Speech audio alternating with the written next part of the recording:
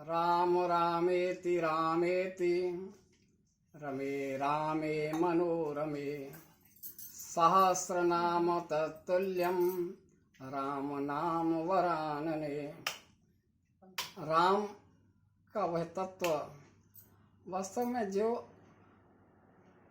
पद्म पुराण के पाताल खंड में महर्षि आरण्यक ने बताया था, उसे सिद्ध करने वाले और स्वयं उनका प्रकाश यानी राम का प्रकाश श्रद्धेय राम प्रकाश शर्मा,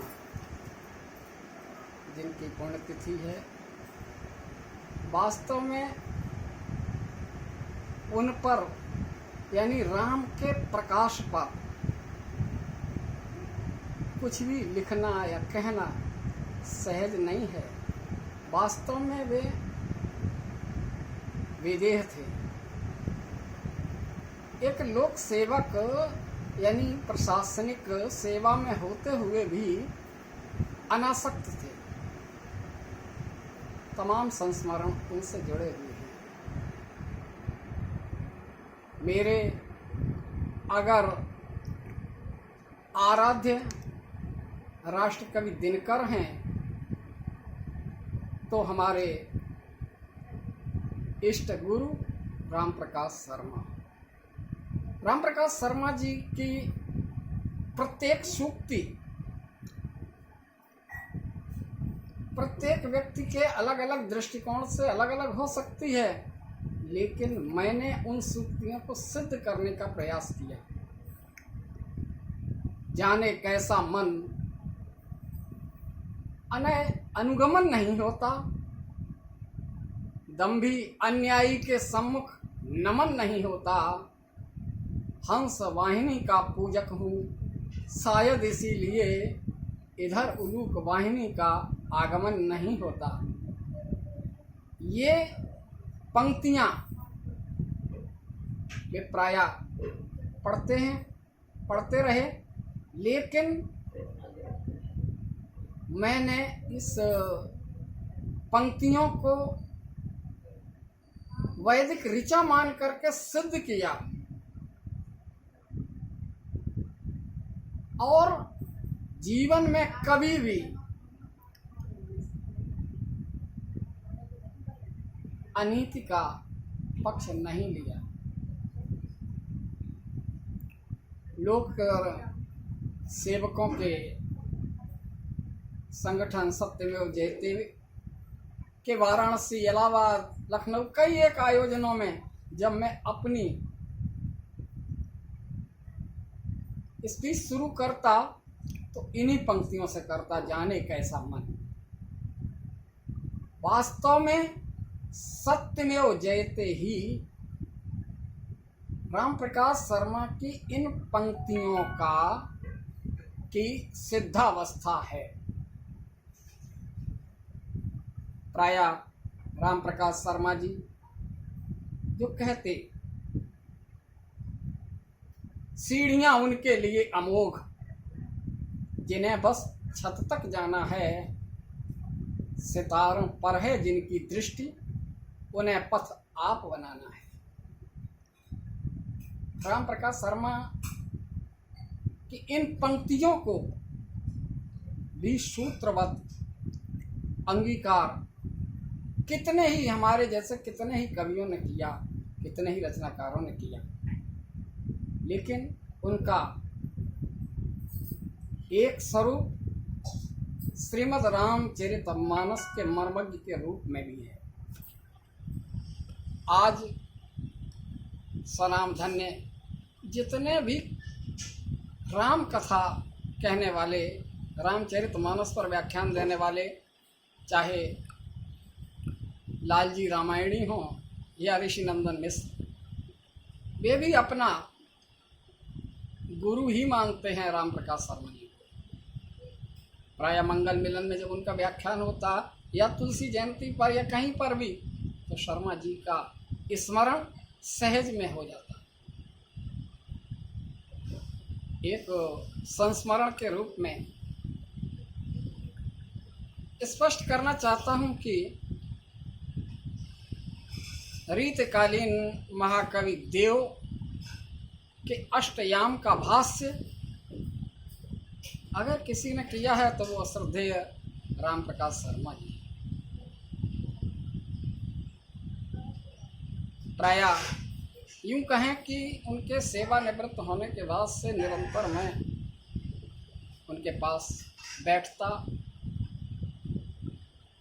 बेलूपुर के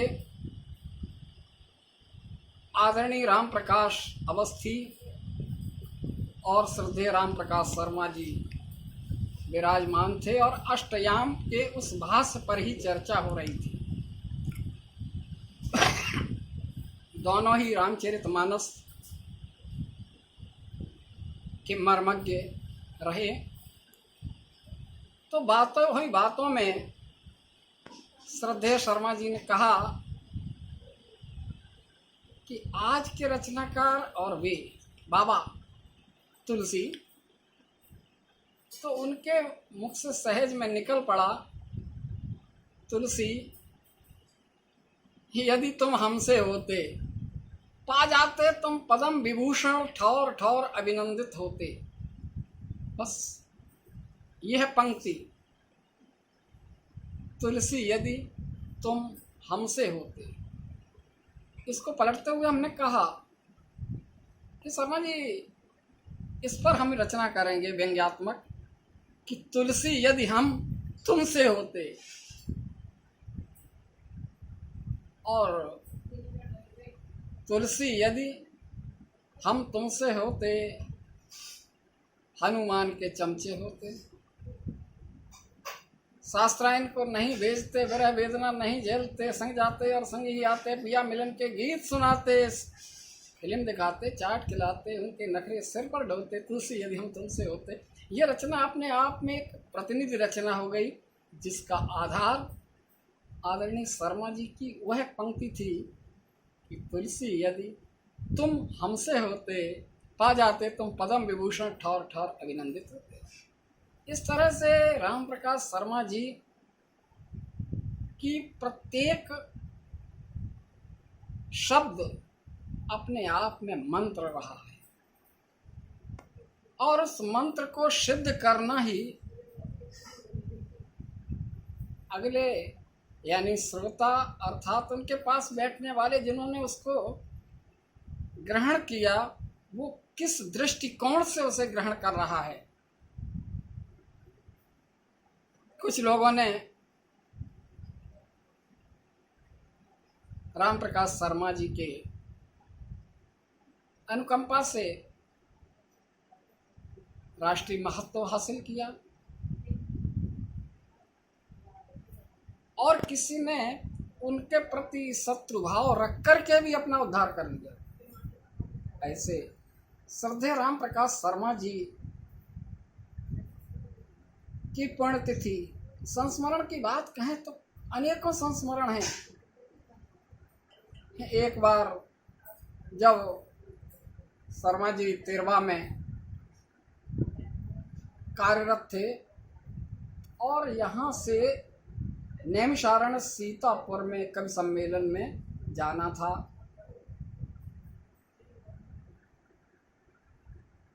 आदरणीय लाखन सिंह भदौरिया सौमित्र, गिरिजेश जी, गिरीश पांडे जी, प्रदीप मिश्र और चालू एक कार से गए और वहाँ तिरवा पहुँचे और तिरवा में शर्मा जी को लेके चले। फिर काव्यात्मक विनोद का जो आनंद मार्ग में आया शर्मा जी के साथ रह कर के, वह अपने आप में ऐसा संस्मरण है जो अवचनीय अवर्णीय है। लेकिन हमें कहाँ अपने इष्ट गुरु के रूप में राम प्रकाश शर्मा के शब्दों को ग्रहण करना था और किया, और वही है